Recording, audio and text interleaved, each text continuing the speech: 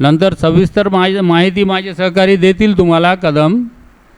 पण सध्या मला थोडंसं प्रश्न तुमच्याकडे जे टाकलं आहे त्याच्याबद्दल जर माहिती झाली की बा तुमचं मेंदू काय म्हणतो आहे, तुम्ही काय विचार करताय अपघाताबाबत, ते थोडंसं मला बघायचं आहे की बा अपघात आपण कसं रोखू शकतो, अपघात रोखण्याचे उपाययोजना काय, किंवा अपघात होण्याची कारणे मीमांसा. कोण सांगू शकेल का मुलामधून मुलीमधून? सांगा. तुमचाच नॉलेज वाढतो, अभ्यास तुमचाच होतो हा. बरं, अपघात का होतो? अपघात का होतो? अपघात होतो हा तर सगळ्यांना माहीत आहे, बरोबर आहे, सगळ्यांना नॉलेज आहे अपघात होतो. अपघात का होतो कोणी सांगू शकेल का मुलांमधून मुलीमधून? तुमच्या डोक्यात विचार यायलेत पण तुमचं धाडस होईना गेलं की उठून सांगायचं. सांगा, कोणीतरी एक सांगू शकतो की बा अपघात का होतो, आणि या सगळ्या मुलांमधून तो हुशार विद्यार्थी गणला जाईल. मुलीमध्ये कोणी?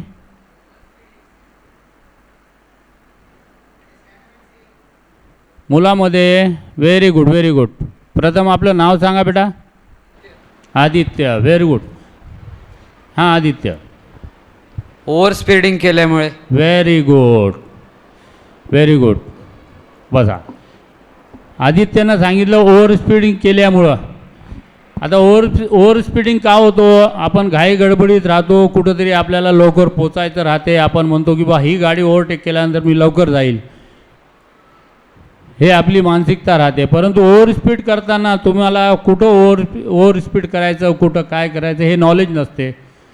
मग समोरून येणारा जर टर्न राहिला आणि ओव्हर स्पीडमध्ये तुम्ही जाणार तर ती गाडी अपघात ठरतेच. ओव्हर स्पीड फार महत्त्वाचं आहे. सगळे मुद्दे महत्त्वाचे आहे ज्याच्यात. ओव्हर स्पीड कधीही करू नये. Very good. अजून दुसरं कोणी अजून? मुलीमध्ये सांगा एखादा प्रश्न विचारा, तुमच्या डोक्यात जे काही प्रश्न आहेत. मुली तर हुशार राहतात मुलापेक्षा. सांगा.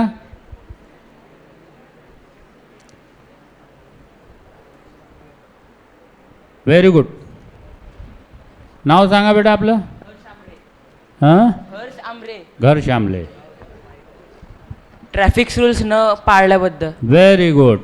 ट्रॅफिक रूल्स न पाळणे मुद्दा महत्त्वाचा आहे. हां, आता ट्रॅफिक रूल्स का पाळत नाही आपण? हो, शासनाने नेमून दिलेले जागोजागी बोर्ड आहेत, ट्रॅफिक रूल्स ठरवून दिलेले आहेत. तुम्हाला शिक्षणात पण ट्रॅफिक रूल्स पाळणे हा भाग पण आहे, पण आपण ट्रॅफिक रूल्स पाळत नाही.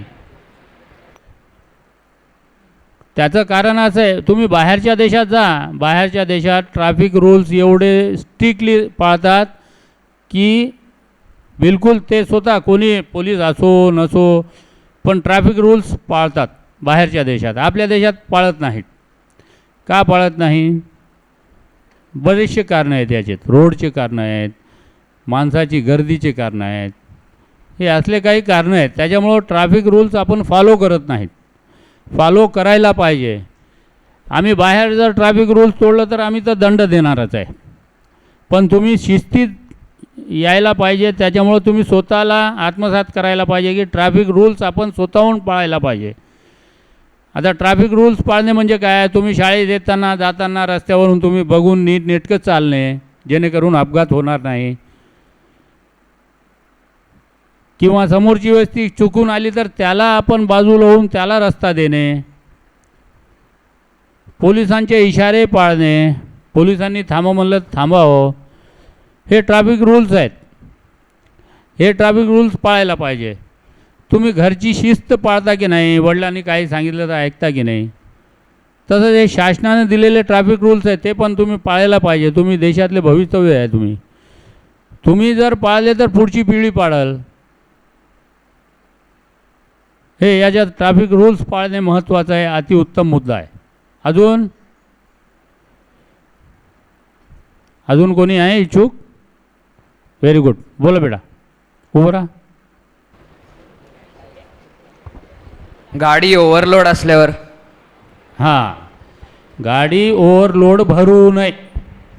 गाडी ओव्हरलोडचं अपघाताचा विषय असा आहे की गाडी तुमची ओव्हरलोड असली आणि तुम्ही जर गतिरोधकवर गेले, तुम्ही ब्रेक मारले तर ब्रेक बरोबर बसत नाही ओव्हरलोडमुळं. गाडी ओव्हरलोड असू नये. गाडी उतारावर लागली, ओव्हरलोड लागली, ब्रेक मारला, ब्रेक लागत नाही, अपघात घडतो.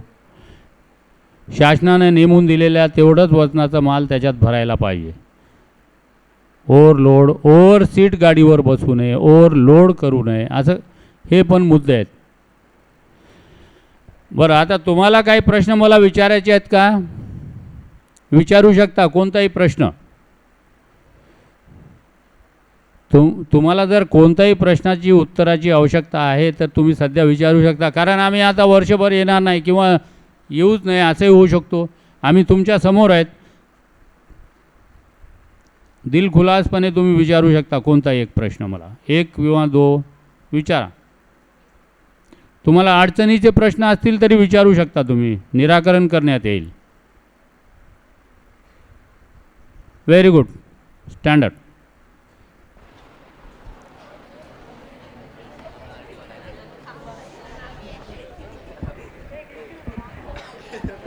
Good morning sir. Very good morning. नाव? माझं नाव पार्थ आहे.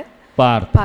हाँ, And I am from Mangaon, where a lot of traffic can be seen over there. Okay. Without any accidents or without any road diversions, then also a lot of traffic is there. So what are some measures that people can follow to reduce that traffic, because it consumes a lot of time for traveling. बरोबर. Yes.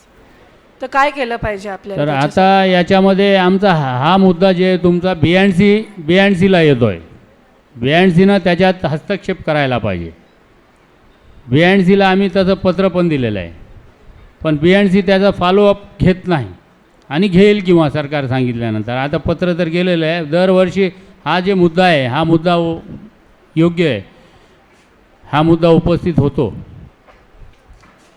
तर या मुद्द्याबाबत आम्ही तुमचं हे कदम साहेब, हा मुद्दा जे आहे ना आपल्या याच्यात घ्या. बरोबर सांगितलं पार्थनं, हा मुद्दा व्यवस्थित आहे, बरोबर आहे. गुड बेटा, शाबाश. Sit down. आणि मला अजून एक बोलायचं आहे की खूप वर्षांपासून हा ट्रॅफिकचा मुद्दा सोडवण्यासाठी बायपास बनवला जातोय. तो बायपास पुणा हायवेला जॉईन करतो, पण तो बायपासाचं काम अजून व्यवस्थित न झाल्यामुळे अजून वाहतूक कोंडी जास्त प्रमाणात. तेच म्हणतोय ना मी, हा मुद्दा जे आहे ना आमच्या अखत्यारीत येत नाही, हा मुद्दा BNCच्या अखत्यारीत येते. तर त्यांना आम्ही पत्र पण दिलेलं आहे, पण ते काही फॉलोअप घेत नाही. हा मुद्दा वरच्या लेवलचा आहे तुमचा, त्याच्यामुळं आम्ही हा मुद्दा मांडू पुढं, हरकत नाही. मुद्दा बरोबर आहे तुमचा, ठीक आहे. बरं, आता अजून कोणाला विचारायचं काही? आता माझे सहकारी कदम हे तुम्हाला सविस्तर मार्गदर्शन करतील. कसे आहात सगळे? ऐकायच्या मनस्थितीत आहात का? आवाज जोरात यायला पाहिजे. कसे आहात सगळे? कसे आहात सगळे? Very good. बाळांनो, 2 जानेवारी 1961 रोजी स्वतंत्र महाराष्ट्र पोलीस दलाची स्थापना झाली. तत्कालीन पंतप्रधान पंडित जवाहरलाल नेहरू यांनी महाराष्ट्र पोलीस दलाला एक स्वतंत्र ध्वज प्रदान केला. तो स्वतंत्र ध्वज प्रदान करतानाच आपल्या पोलीस खात्याला एक ब्रीद वाक्य देण्यात आले, सदरक्षणाय खलनिग्रहणाय. सदरक्षण म्हणजे चांगल्या प्रवृत्तीचे, चांगल्या माणसांचे संरक्षण करणे, आणि खलनिग्रहणाय म्हणजे समाजातील वाईट प्रवृत्ती, वाईट माणसं यांना योग्य ते शासन करून कायद्याचा धाक दाखवून त्यांच्यापासून चांगल्या प्रवृत्तीच्या लोकांचं, चांगल्या प्रवृत्तीचं संरक्षण करणे ही मोठी जबाबदारी पोलीस खात्यावर देण्यात आली. सदरक्षणाय खलनिग्रहणाय. हेच काम करत असताना आज बघा, आपण सर्वसामान्य कुटुंबामध्ये कमीत कमी 2 दुचाकी आणि 1 4 चाकी गाडी आपल्या घरात आहेच. पूर्वीच्या काळामध्ये गाड्या घरी असणं म्हणजे श्रीमंतीचा एक ठेवा असणं म्हणायचे, परंतु आज आपली प्रत्येकाची परिस्थिती बदललेली आहे. त्यामुळे वाहनांची संख्या ही दिवसेंदिवस वाढत चाललेली आहे. वाहनांची संख्या वाढल्यामुळे ठिकठिकाणी वाहतूक कोंडी म्हणजे आपण म्हणतो जी माणगावला आत्ता होत आहे, यात मुख्य कारण आहे की रस्त्याचं अरुंदीकरण. तो बायपास रोड बाहेरनं काढला आहे, तो जोपर्यंत पूर्ण होत नाही तोपर्यंत ह्या आपल्या वाहतूक कोंडीला आपल्याला सामोरे जाणार आहे. आणि या वाहतूक कोंडी होता होता वाहतुकीच्या नियमांचं पालन न केल्यामुळे अपघातांचं प्रमाण वाढलेलं आहे. आणि आज बाळांनो, जेवढी आपल्या रोगराईमध्ये माणसं आपला जीव गमावत नाही आहेत, तेवढी जीव हा आपल्या अपघातामध्ये लोकांचा जात आहे. याला मूळ आणि प्रमुख कारण आहे मानव निर्मित चुकी. क्वचित एखादा अपघात हा नैसर्गिक आपत्ती आल्यामुळे होत असतो. दरड कोसळणे, रस्त्यावर ऑइल सांडणे, कुत्रा आडवा जाणे, दगड पडणे, असं एखादा अपघात हा त्याच चुकीमुळे होतो. बाकी अन्यथा सर्व अपघात हे आपल्या चुकीमुळे होत असतात. एकतर आपली चुकी अथवा समोरून चालवणाऱ्याची चुकी. आणि यांचं हे आपल्याला कमी करण्यासाठी एकच पर्याय आहे की वाहतुकीच्या नियमांचं पालन करणं गरजेचं आहे. 2 जानेवारी हा आपल्या महाराष्ट्र पोलीस दलाचा स्थापना दिवस म्हणून साजरा केला जातो. आणि जानेवारी महिन्यातला पहिला आठवडा हा राष्ट्रीय सुरक्षा सप्ताह व जानेवारी महिना हा राष्ट्रीय सुरक्षा अभियान पूर्ण राबवलं जातं. कारण वर्षाची सुरुवात ही जर चांगली झाली तर आपलं वर्ष चांगलं जातच असतं. त्यामुळे ह्या पूर्ण महिन्यामध्ये समाजाला पोलिसांच्या कार्यकारिणीची माहिती होण्यासाठी परत आपल्या या वाहतुकीच्या नियमांचं पालन करण्याचं जनजागृती करण्यासाठी आम्ही पूर्ण जानेवारी महिन्यात हे अभियान राबवत असतो. यात महत्त्वाचं आहे की सडक सुरक्षा जीवन रक्षा.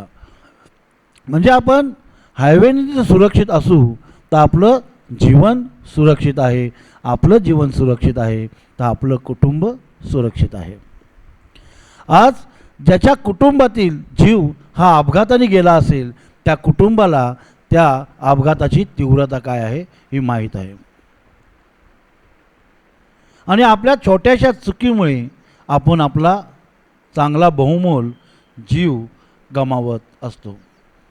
कधीही गाडी चालवताना किंवा कधीही तुम्ही पायी चालत असताना कोणालाही घाबरून वाहतुकीच्या नियमांचं पालन करू नका. तुम्ही तुमच्या जीव हा तुमच्यासाठी आहे, लोकांसाठी नाही.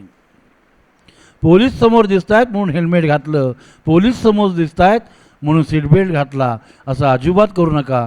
तुम्ही पोलिसांना फसवत नाही आहात तर तुम्ही स्वतःला फसवत आहात, तुमच्या जीवाला तुम्ही फसवत आहात. प्रथम नियम आणि सुरक्षा पाळणे म्हणजे काय, तर पहिला नियम आहे वयाची 18 वर्ष पूर्ण असल्याशिवाय वाहन चालवायचं नाही.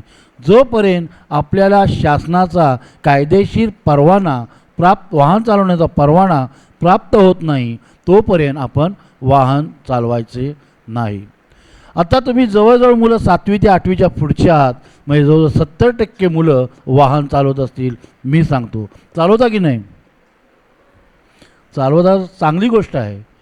कुठलीही चांगली गोष्ट आपल्याला येणं ही चांगली गोष्ट आहे, परंतु बाळांनो त्याच्यासाठी नियम असतो.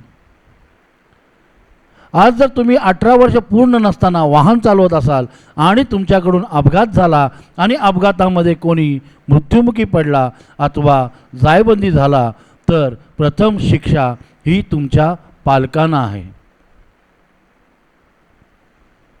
कारण पालक हे सज्ञान आहेत.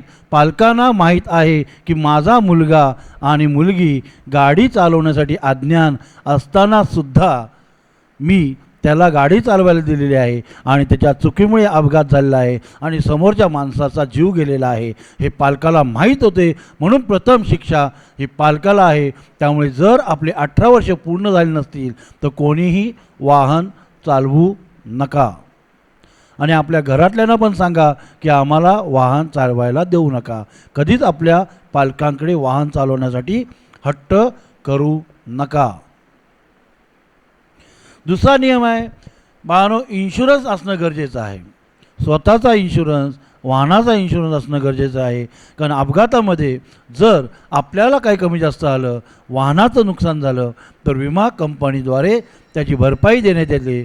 किंवा आपल्या वाहनामुळे जर अपघातामध्ये एखाद्याचा जीव गेला तर किंवा एखादा जायबंदी झाला तर त्याची नुकसान भरपाई ही विमा कंपनीद्वारे, कोर्टाद्वारे, विमा कंपनीद्वारे त्या कुटुंबाला देण्यात येते. त्यामुळे इन्शुरन्स असणं गरजेचं आहे.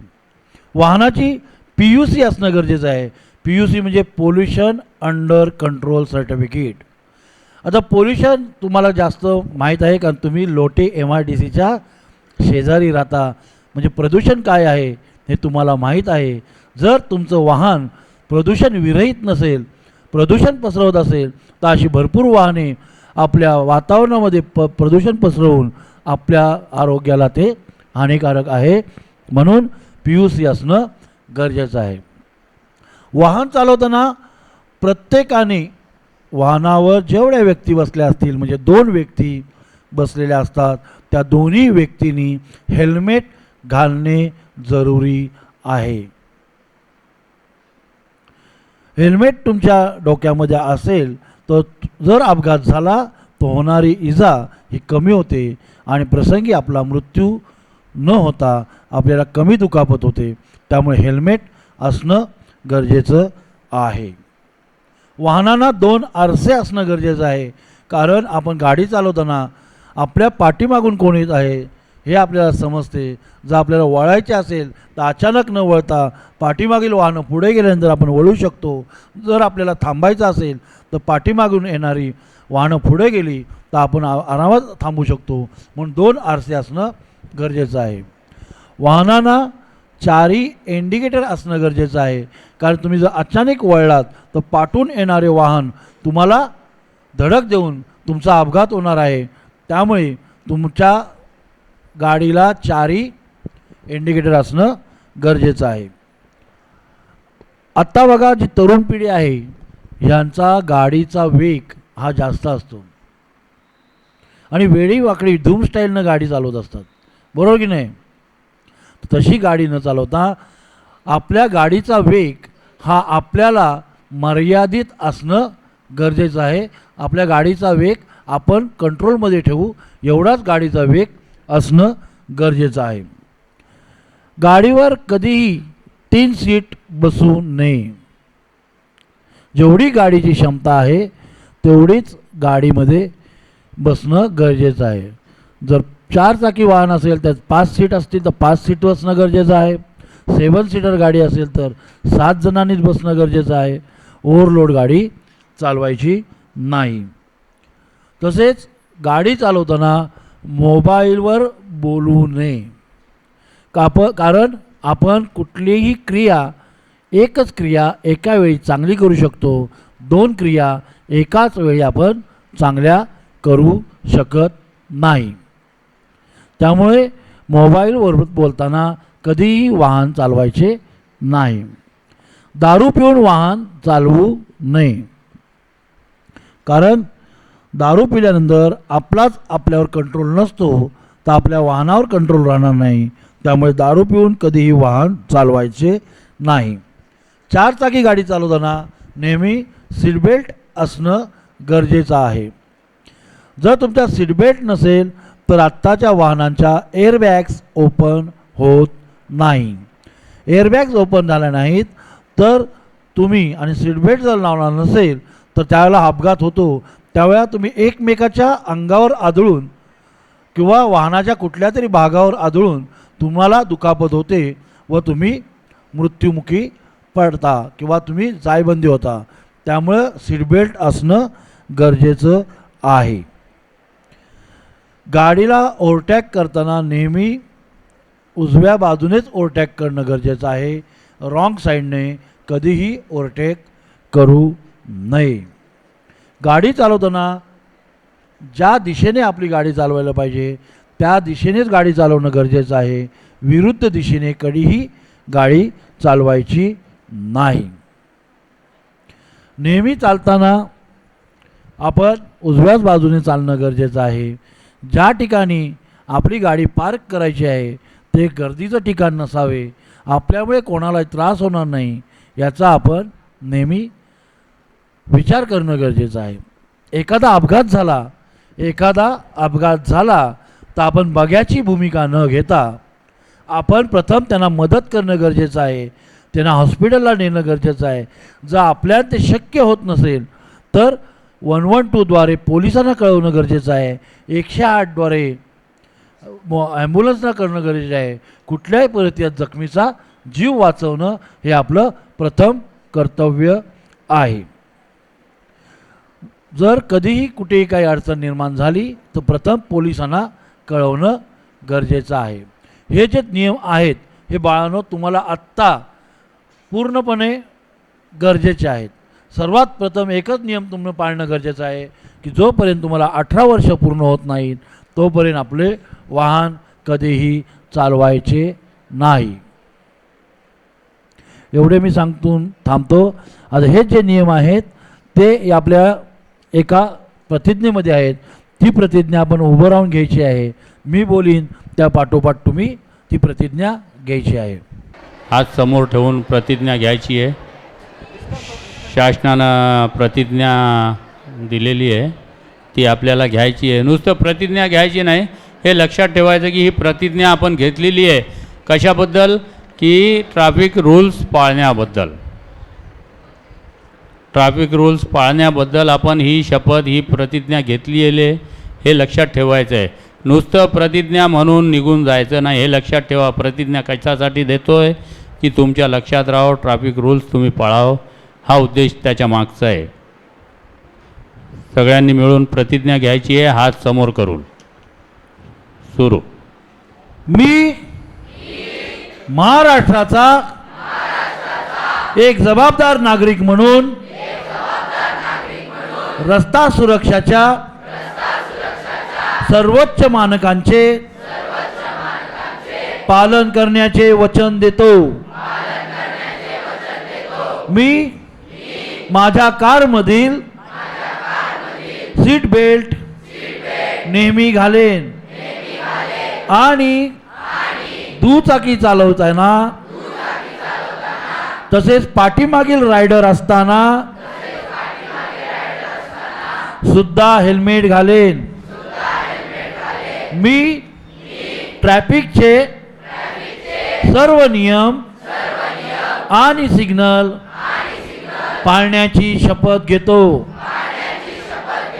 मी मोबाईल फोनमुळे विचलित होणार नाही आणि दारू किंवा ड्रग्सच्या प्रभावाखाली कधीही गाडी चालवणार नाही. मी सर्व असुरक्षित रस्ता वापरकर्त्यांच्या सुरक्षेची काळजी घेईन आणि माझे वाहन बाहेर काढण्यापूर्वी ते व्यवस्थित ठेवलेले आहे याबाबत तपासून खात्री करेन. मी संयम आणि सौजन्याने आमचे रस्ते सुरक्षितपणे निरीक्षण करीन आणि माझ्या जनसमुदायामध्ये रस्ता सुरक्षा जागरूकता वाढवीन. आपण सर्व मिळून एक सुरक्षित महाराष्ट्र घडवू. जय हिंद, जय महाराष्ट्र.